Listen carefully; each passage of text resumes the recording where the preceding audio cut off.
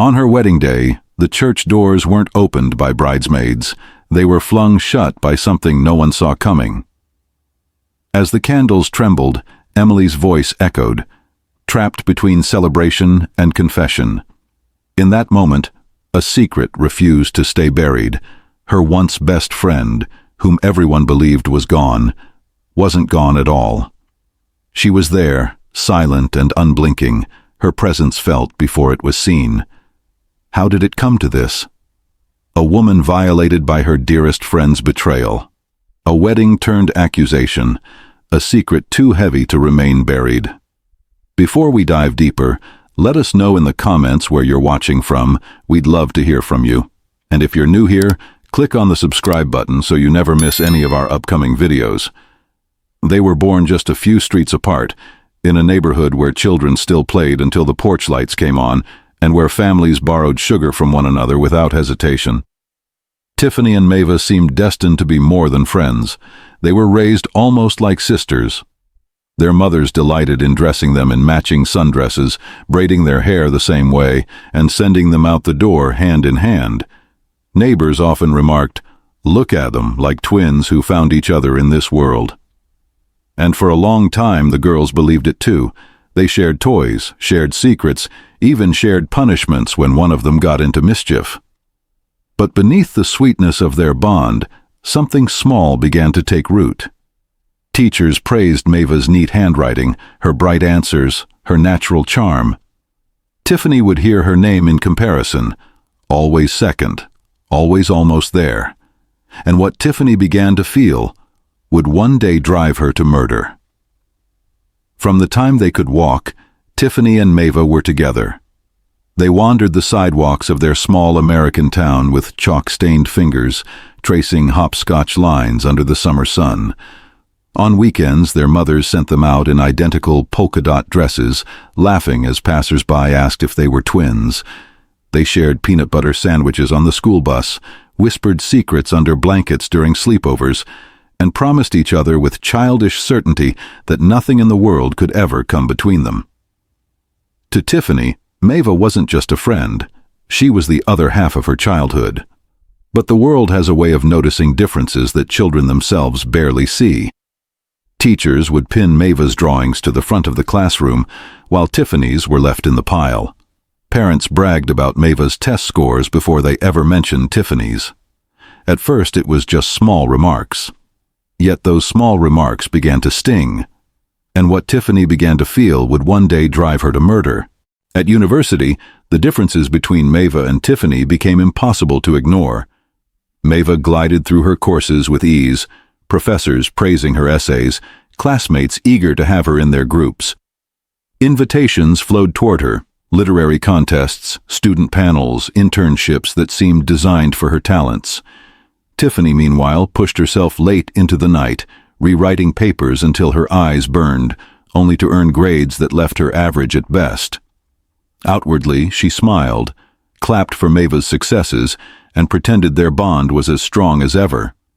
But inside, every compliment Maeva received felt like a needle pressing deeper.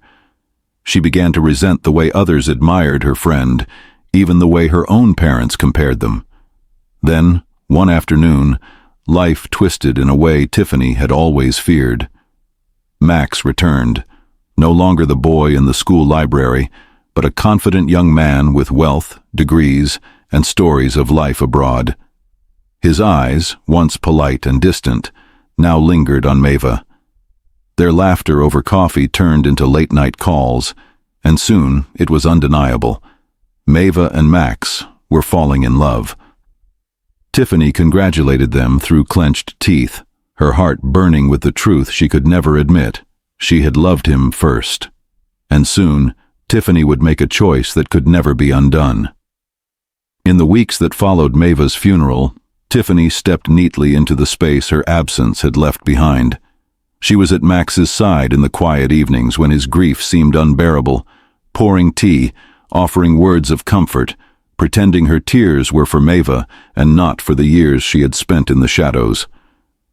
No one questioned her presence. She was the best friend, the loyal one, the last thread connecting Max to the woman he had loved. But loyalty was the mask she wore, and beneath it lay something far more deliberate. She carried with her a powder hidden in a folded paper, a so-called charm whispered over by the man she had sought out. Just a pinch in Max's drink, a sprinkle in his glass, and soon his eyes softened when they met hers. The first time he reached for her hand, she nearly trembled with triumph. Within weeks, he spoke the words she had dreamed of hearing since high school. "Marry me." To everyone else it looked like healing, a love story born of tragedy. To Tiffany, it was victory. She had stolen what she believed was hers all along. Yet even as she slipped on the ring, the world around her began to change. A mirror in her apartment fractured without cause, splintering her reflection into a dozen accusing faces. Maeva's mother woke in the night from dreams of snakes coiled at her daughter's grave. And when Tiffany tried to sleep, she swore she heard whispers in the dark corners of her room, soft at first, then clearer. Her name repeated again and again. She told herself it was exhaustion, the weight of planning a wedding while pretending to mourn. But the signs grew harder to dismiss, and with each passing night, the question loomed heavier. Had Maeva really left her alone? The morning of the wedding dawned bright, the kind of day people described as perfect. Sunlight poured through stained glass windows as guests filled the small church, their voices warm with anticipation. The flowers were carefully arranged, the music gentle, the air thick with perfume and promise. Tiffany stood before the mirror in her gown, every pearl and stitch chosen to tell the world she had finally won. Yet her hands trembled as she adjusted her veil. She told herself it was excitement, but beneath the lace and satin, her chest ached with something closer to dread. When the pastor raised his voice and began the vows, a hush fell across the room. Then, without warning, the air shifted. A cold wind swept through the pews, extinguishing candles, sending petals tumbling across the floor. The heavy wooden doors slammed shut, rattling the very walls. Gasps echoed as guests turned in confusion, but Tiffany's eyes froze on the sight. No one else could see.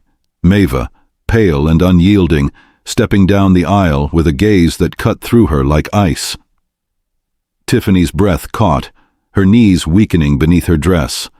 She tried to speak, but only managed a choked sound that startled those nearest.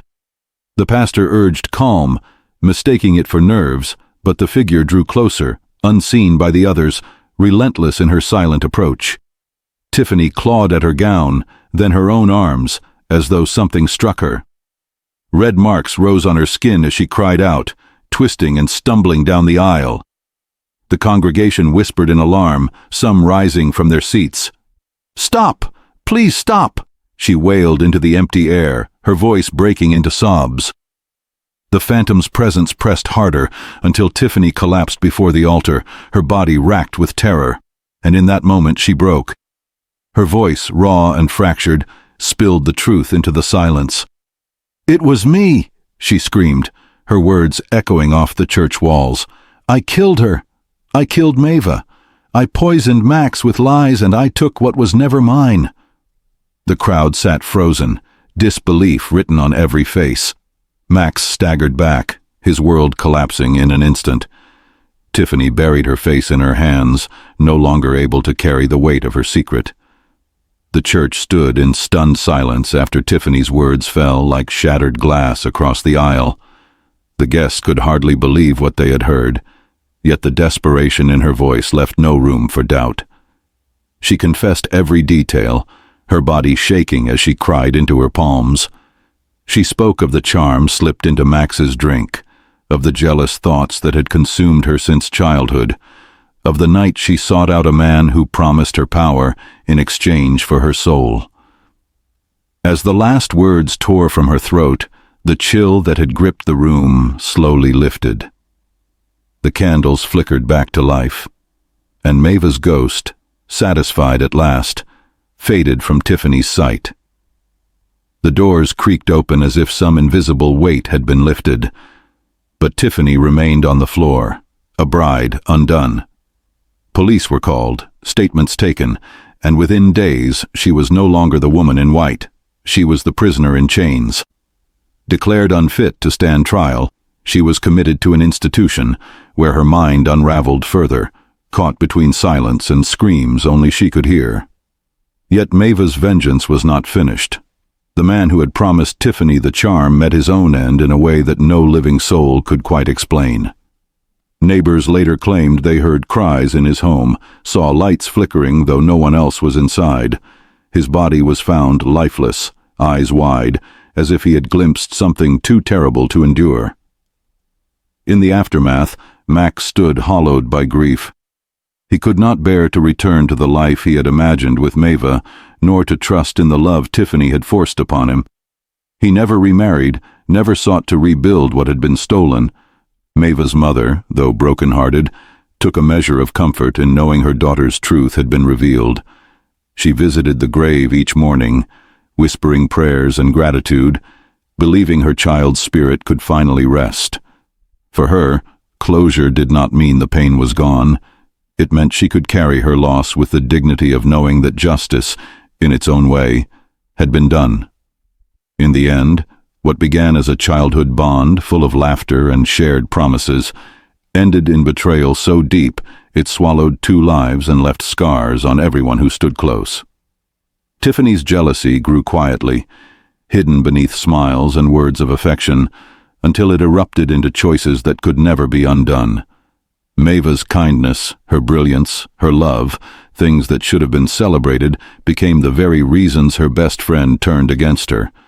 And for Max, what should have been the happiest season of his life became a lifetime of mourning, chained to memories of love lost and trust shattered.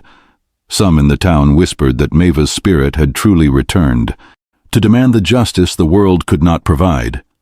Others said Tiffany's mind, weighed down by guilt and obsession, invented her tormentors until the truth forced its way out. Perhaps both are true. What cannot be denied is that envy does not simply kill friendships, it can kill souls. It can twist what is sacred into something poisonous, leaving nothing but ruin in its wake. Do you believe Maeva's ghost really returned for justice? Or was Tiffany's guilt destroying her from the inside? Let us know in the comments. If this story gripped you, hit like and subscribe for more haunting true stories every week.